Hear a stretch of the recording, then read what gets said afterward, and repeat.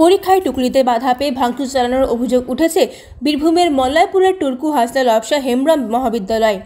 বেঁকিয়ে দেওয়া হয়েছে সিলিং ফ্যান, ভেঙে দেওয়া হয়েছে শৌচাগারের কল। জানা গিয়েছে টুকলিতে বাধা দেওয়ার ভাঙচুর চালানো হয়েছে কলেজে। বেঁকিয়ে দেওয়া হয়েছে সিলিং ফ্যানের ব্লেড, শৌচাগারের পাইপ থেকে কল গায়েব করে দেওয়া হয়েছে। এক নাগাড়ে পড়ছে জল। এই ছবি দেখা গিয়েছে বীরভূমের মল্লারপুরের টুরকু হাসদা লবসা হেমব্রম মহাবিদ্যালয়ে।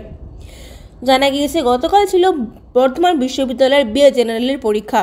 সেখানে দ্বিতীয় সেমিস্টারের সিউড়ির বিদ্যাসাগর কলেজের পরীক্ষার্থীদের সিট পড়েছিল মল্লারপুরের টুরকু হাসদা লবসা হেমব্রম মহাবিদ্যালয়। কলেজ সূত্রে খবর, বুধবার পরীক্ষা চলাকালীন বেশ কয়েকজন পরীক্ষার্থীর মোবাইল উদ্ধার করা হয়। তাদের অভিযোগ, টুকলি করতে না পেরে সেই আক্রোশে পরীক্ষার্থীদের একাংশ কলেজে ভাঙচুর চালায়। পরীক্ষার হলে দুটি সিলিং ফ্যান ভেঙে বেঁকিয়ে দেওয়া হয়েছে। শৌচাগারের কলও ভাঙা হয়েছে। বৃহস্পতিবার দুপুর 3টে নাগাদ কলেজের সিসি ক্যামেরায় দেখা গিয়েছিল সেই ছবি।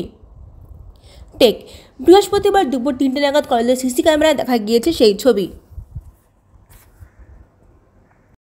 কি হয়েছে?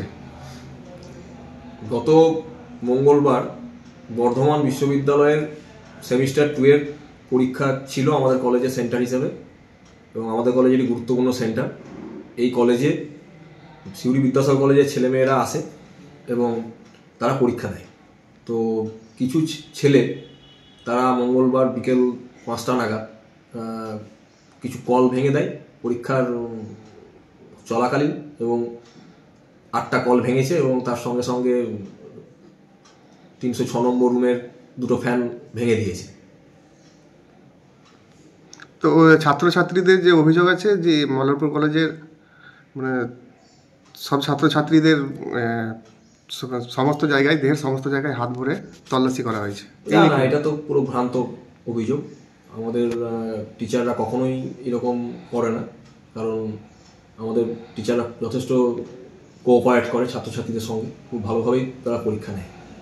ওরা যে এটা অভিযোগ করছে, আমরা অভিযোগটা মিথ্যা অভিযোগ। আমার কাছে এরকম কোনো তথ্য নেই। দেহের বিভিন্ন অংশে হাত না, এরকম কোনো তথ্য নেই। আমি দায়িত্ব নিয়েই বলছি।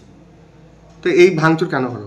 কি মনে হয়? ভাঙচুর হওয়ার একটাই কারণ, সেটা হচ্ছে যে তারা নকল করছিল, এবং প্রচুর পরিমাণে তাদের কাছ থেকে কাগজ পাওয়া গেছে, এবং সেই কাগজগুলোকে আমাদের যারা ইনভেস্টিগেটররা ছিলেন কলেজে ক্লাসে, তারা সেগুলোকে বের করে দিয়েছিলেন, ড্রেন আউট করে দিয়েছিলেন।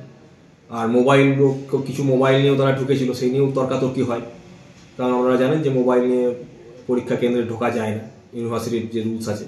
তো সেই মোবাইলটাও আমাদের যারা ইনভেস্টিগেটরের দায়িত্বে ছিলেন তারা মোবাইল নিয়েছিলেন এবং বাজেয়াপ্ত করেছিলেন। সেই রাগ থেকে তারা এগুলো করেছে।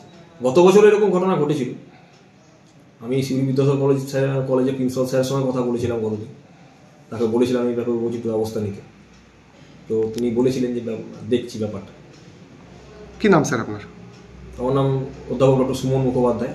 আমি এখন ভারপ্রাপ্ত অধ্যক্ষের দায়িত্বে আছি।